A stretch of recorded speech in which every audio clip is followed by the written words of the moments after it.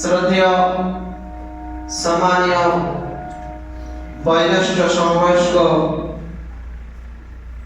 মসজিদের মুসাল্লি পর্দানাসী নবলা সরলা ভাতৃবৃন্দ, সমস্ত তারিফ প্রশংসা গুণগান গুণকীর্তন সেই মহান পাক আল্লাহ রাব্বুল ইজ্জতের নিমিত্তে, যিনি আমাদেরকে আজ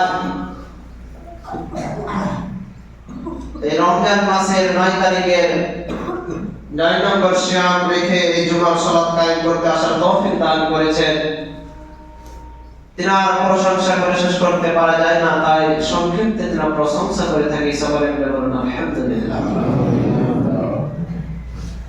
তারপরে পরে তার প্রিয় হাবিব আহমদ মুস্তাফা মুহাম্মদ মুস্তাফা সাল্লাল্লাহু আলাইহি ওয়াসাল্লাম তিনার প্রতি কোটি কোটি শব্দের ধারা অবতীর্ণ হোক। আল্লাহুম্মা আমিন। আল্লাহুম্মা সাল্লি আলাইহি আল্লাহুম্মা বারিক আলাইহি। শ্রদ্ধেয়, আজ এই জুমার সংক্ষিপ্ত সময়ে এই রমজান সম্পর্কে, তার বিধিবিধান সম্পর্কে আলোচনা করে আমার বক্তব্য ইতি করবো ইনশাআল্লাহ ওয়া তাওফীক ইল্লা বিল্লাহ। সম্মানিত উপস্থিতি, গত সপ্তাহে রমজানের ফজিলত বলছিলাম, সিয়ামের ফজিলত বলছিলাম, সিয়ামের মানেও বলেছি, সিয়াম কত গুরুত্বপূর্ণ সেটাও বলেছি। রমজান আল্লাহ রাব্বুল আলামিন যে সিয়ামকে নির্ধারিত করলেন এই রমজান মাসে, এই রমজান শব্দের অর্থ কি? আল্লাহ রাব্বুল আলামিন যে কোন উদ্দেশ্যে রমজান মাসে সিয়ামকে নির্ধারিত করলেন, ফরজ করলেন, যে 5টি ভিত রয়েছে, যে ভিতের মধ্যে অন্যতম একটি ভিত হচ্ছে সিয়াম। এটি রমজান মাসে করেছে। রমজান মাস মানে হচ্ছে, রমজান মানে হচ্ছে ছাই হয়ে যাওয়া। রমজান মানে হচ্ছে ছাই হয়ে যাওয়া। আপনি যখন কোন এক জায়গাতে বসবাস করছিলেন, বসবাস করতে করতে সেই জায়গা আপনি আর ব্যবহার করেন না, সেই জায়গা ছেড়ে আপনি যখন 2 মাস 3 মাস ছেড়ে চলে যাবেন, পুনরায় যখন আবার আপনি সেই জায়গাতে আসবেন, সেই জায়গাতে আসার পরে আপনি যখন আপনার রূপটাকে পরিষ্কার করে, আপনার রূপটাকে পরিষ্কার পরিচ্ছন্ন করে, তার সমস্ত যে আবি-জাবি নোংরা থাকবে, সেই নোংরাটাকে যে পুড়িয়ে ছাই করে দিবেন, ছাই করে দেওয়ার পরে আপনার যে রূপটা সৌন্দর্য, আপনার রূপটা যে দেখতে ভালো লাগে, তাহলে আপনি ছাই করে পুড়িয়ে দিলেন বলে আপনার রূপটা সৌন্দর্য লাগছে। অনুরূপভাবে এই রমজান মাস এসেছে, আল্লাহ রাব্বুল আলামিন এই মাসে সিয়ামকে ফরজ করেছেন শুধুমাত্র আমাদের গুনাহসমূহকে ছাই করে দেওয়ার জন্য। এই মাস এত গুরুত্বপূর্ণ মাস, আপনি যে পূর্ববর্তী যত গুনাহ করে এসেছেন, আল্লাহ রাব্বুল আলামিন এই মাসে আপনাকে ক্ষমা দিয়ে দিবেন। আপনি যদি সিয়ামের অবস্থাতে আল্লাহ রাব্বুল আলামিনের কাছে ক্ষমা প্রার্থী হয়ে ক্ষমা চান, তাহলে নিশ্চয়ই আল্লাহ রাব্বুল আলামিন আপনাকে ক্ষমা করবেন। আর যদি আপনি আল্লাহর কাছে ক্ষমা না নিতে পারেন, তাহলে আপনি হচ্ছেন হতভাগা। অতএব আমরা যারা মনে করি যে এই মাস নির্ধারিত করে 10 দিন করে ভাগ করে দিই, যে 10 দিন রহমতের, 10 দিন মাগফিরাতের, 10 দিন নাজাতের, এটা ভুল। কারণ যে আল্লাহ রাসূল সাল্লাল্লাহু আলাইহি ওয়াসাল্লাম বলেছেন এই পুরো মাসটা হচ্ছে রহমতের, পুরো মাসটা হচ্ছে নাজাতের, মাগফিরাতের। অতএব প্রথম তারিখ নিয়ে শেষ তারিখ পর্যন্ত আল্লাহ রাব্বুল আলামিনের কাছে কাকুতি মিনতি করে নিজের যে গুনাহ, নিজের যে ভুল, সেই ভুল মেনে আল্লাহর কাছে ক্ষমা চাইতে হবে। কারণ যদি এই মাস চলে যায়, তাহলে আমার আপনার আর এই মাস পাবো কি পাবো না আপনি আমি জানি না। তাহলে সিয়ামের যে প্রথম সিয়াম পালন করে আসছি, সিয়ামের যে ফজিলত, যে উদ্দেশ্য, সে উদ্দেশ্য নিয়ে আমরা সিয়াম রাখছি, সেটা আমরা ভালোভাবে রাখছি কি ভালোভাবে রাখি না, একটু কোরআন হাদিস বুঝিয়ে আপনাদেরকে বুঝিয়ে দিই, আপনি যখনই সিয়াম রাখতে যান, আপনার যখনই নিয়ত হয় যে আমি সিয়াম রাখবো, সিয়াম পালন করব, তখন আপনার জন্য ভোর রাত্রিতে সাহরি খাওয়া প্রয়োজন। কারণ আল্লাহ রাব্বুল আলামিন কোরআনের মধ্যে বলছেন, কুলু ওয়াশরাবু হাত্তা ইয়াতাবায়্যানা আল-খাইতুল আবিয়াদ মিনাল খাইতিল আসওয়াদ মিনাল ফাজর। আল্লাহ রাব্বুল আলামিন বলছেন, তোমরা খাও পান করো যতক্ষণ পর্যন্ত কালো ধারা সাদা ধারা, যতক্ষণ পর্যন্ত আপনি কালো ধারাকে সাদাতে দেখতে পাবেন, ততক্ষণ পর্যন্ত মিনাল ফজর, ফজর হওয়া পর্যন্ত। অর্থাৎ আপনি কোন জিনিস যখন রাত্রি বেলাতে অন্ধকারে দেখতে পাবেন না, সেই জিনিসটাকে ততক্ষণ পর্যন্ত আপনি সাহারি খেতে পাবেন যতক্ষণ পর্যন্ত না সেই জিনিসটাকে দেখতে পাবেন। তারপর আল্লাহ রাব্বুল আলামিন বলেন, তোমরা আতিকুস সিয়ামা ইলাল লাইল, এবং তুমি সিয়ামকে পরিপূর্ণ করো রাত্রি পর্যন্ত। তাহলে উক্ত আয়াতে আল্লাহ রাব্বুল আলামিন বললেন যে যতক্ষণ পর্যন্ত আমরা সাদা দেখতে পাবো না, ভোর রাত্রি হয়ে যে সাদা দেখতে পাওয়া যায়, সেই জিনিসটা যতক্ষণ না দেখতে পাবো না, ততক্ষণ পর্যন্ত আমাদেরকে সাহারি করতে হবে, ততক্ষণ পর্যন্ত আমাদেরকে খাওয়া দাওয়া করতে হবে।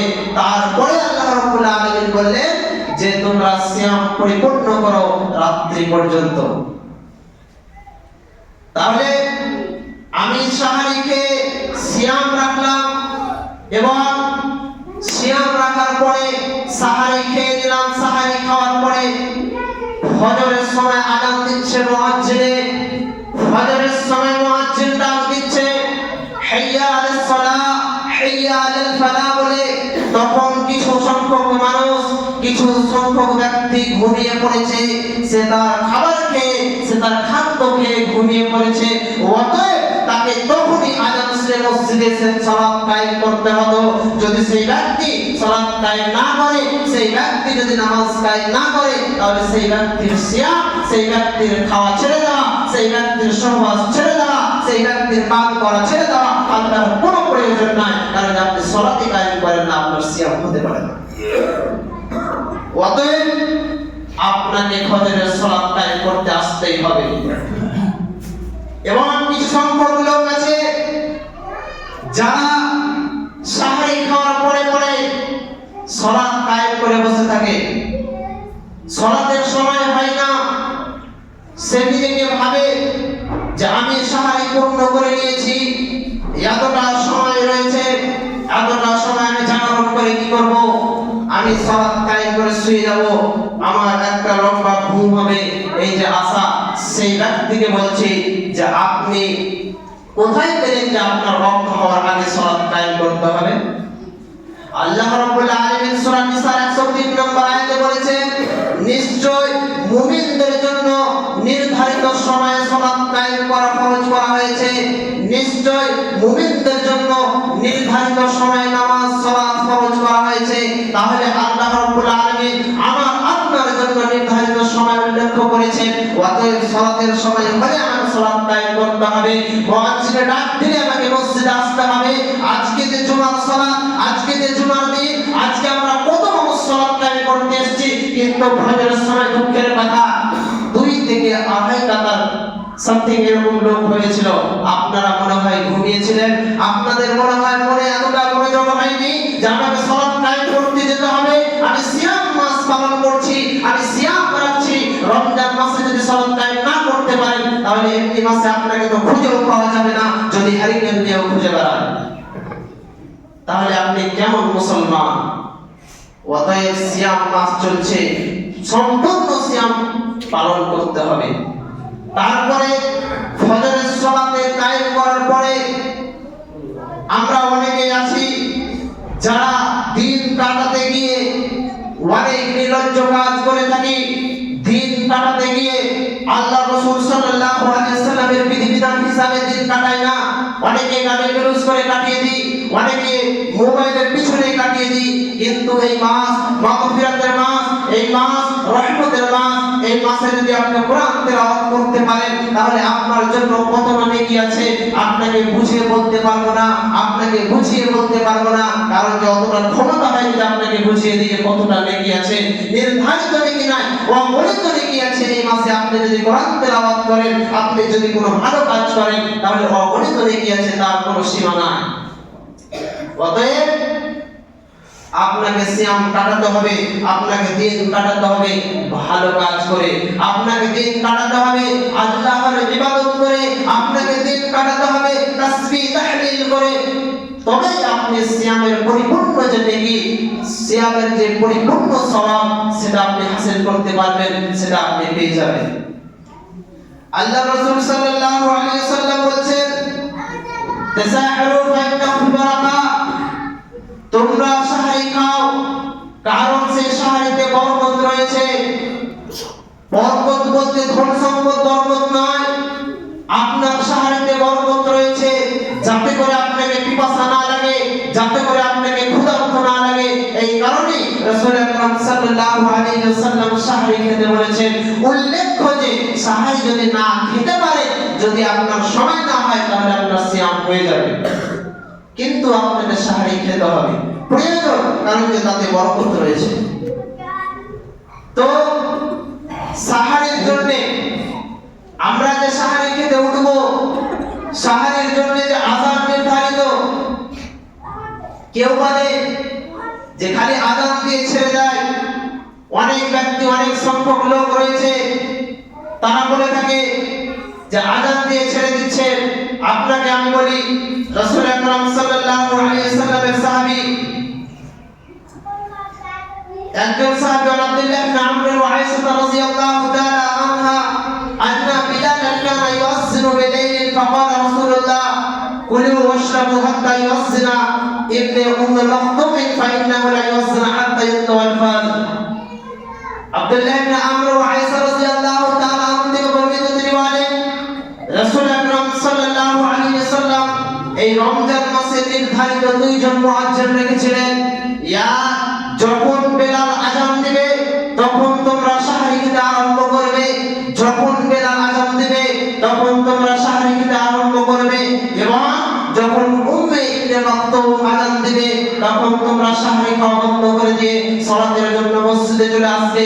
অর্থাৎ এই হাদিস দিয়ে বুঝতে পারা যায় শুধুমাত্র আযান দিয়ে ছেড়ে দিতে হবে, কিন্তু কিছু সংখ্যক লোক, কিছু সংখ্যক উলামা, কিছু সংখ্যক আলেম এই আযানের পরে জাগিয়ে থাকে, এই আযানের পরে অ্যালার্ম বাজিয়ে থাকে, এই আযানের পরে গজল বাজিয়ে থাকে। তাদেরকে আমি বলে দিতে চাই, এটি সরাসরি বিদআত।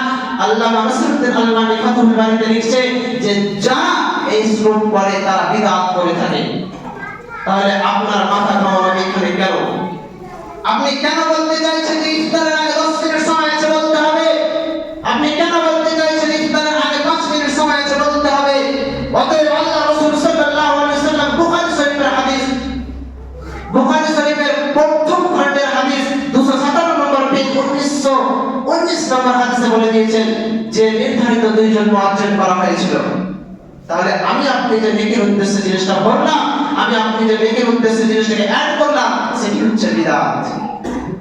তারপরে এই সিয়াম এত গুরুত্বপূর্ণ সিয়াম, যখন সিয়ামের প্রথম রাত্রি আসে, যখন সিয়ামের প্রথম রাত্রি আসে তখন ফেরেশতাকে বলা হয় তুমি বান্দাদেরকে ডাক দিয়ে দাও।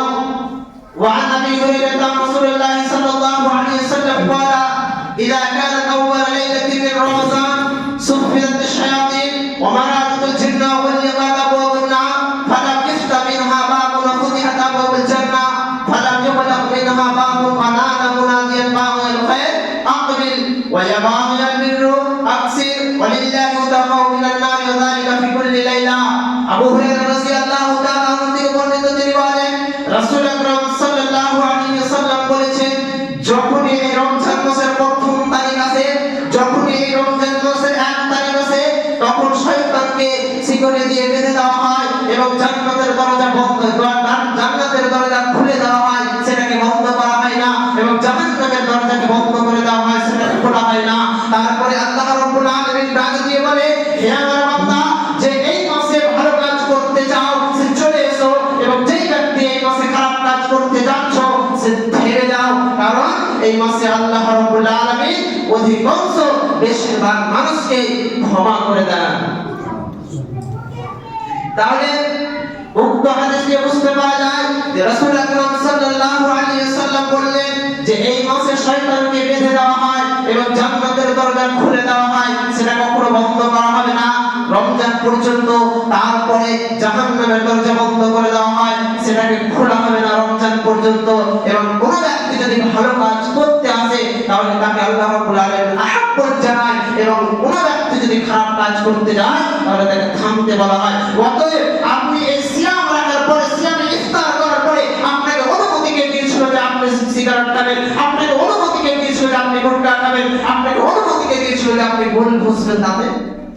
আপনি দিনের বেলা সিয়াম রাখছেন, মাগরিবের ইফতার করার পরে মাগরিবের সালাত কায়েম করার পরে আপনাকে নাকি নেশাদ্রব্য জিনিস লাগে। অতএব রাসূল আকরাম সাল্লাল্লাহু আলাইহি ওয়াসাল্লাম বলেছেন সালাসাতুল লা ইয়াদখুলুনাল জান্নাহ মুদমিনুল খামর, তিন শ্রেণীর মানুষ কখনো জান্নাতে যাবে না, তার মধ্যে এক নম্বর যে ব্যক্তি নেশাদ্রব্য সর্বদা পান করে।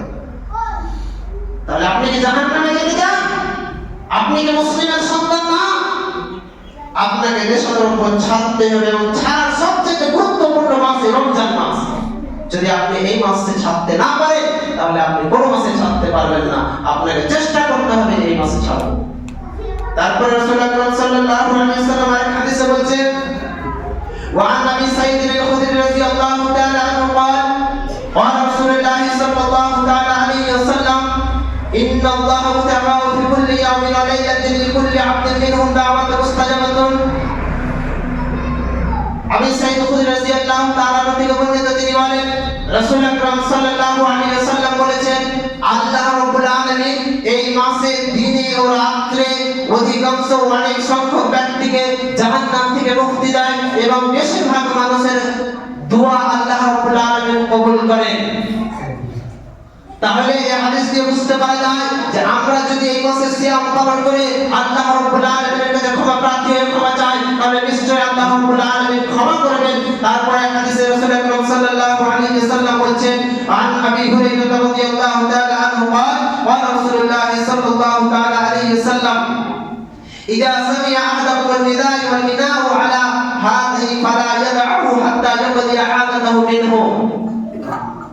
আপনি যখন ভোর রাত্রিতে সাহারি খেতে বসেছেন, আপনার সাহারি খাওয়ার সময়ে মসজিদে আযান হতে লেগেছে, কিংবা আপনি সেই সময় উঠে যখনই সাহারি খেতে আরম্ভ করবেন সেই সময় মসজিদে আযান দিচ্ছে পৌঁছে, তখন আপনার কর্তব্য আপনার খাবার পরিপূর্ণ করতে হবে, আপনার প্রয়োজন পরিপূর্ণ করতে হবে, তারপরে আপনাকে নামাজের জন্য সালাতের জন্য আসতে হবে।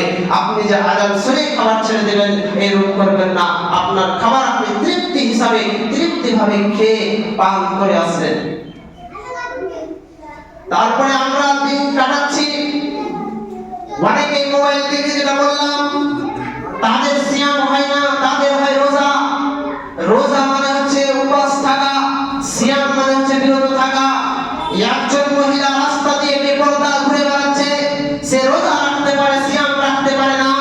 একজন ব্যক্তি গালিগুলোজ করে, সেই ব্যক্তি রোজা রাখতে পারে সিয়াম রাখতে পারে না। একটি ছেলে দিনের বেলায় ফ্রি ফায়ার খেলে কাটাচ্ছে, সেই ছেলেটা রোজা রাখতে পারে সিয়াম রাখতে পারে না। একজন ছেলে মারামারি বিনা কারণে তার সাথে মারামারি করছে, সেই ব্যক্তি রোজা রাখতে পারে সিয়াম রাখতে পারে না। তার খাওয়া, তার বানানো, তার সহবাস সবকিছু ছেড়ে দিয়েছে, সমস্ত জিনিস আল্লাহর প্রয়োজন পড়ে না। কারণ আপনি মিথ্যা কথা বলে কাটাচ্ছেন, কারণ আপনি সালাত কায়েম না করে কাটাচ্ছেন, কারণ আপনি গীবত করে কাটাচ্ছেন, আপনি বেপরদা হয়ে কাটাচ্ছেন। তারপরে আপনি যখন ইফতারিতে যাবেন,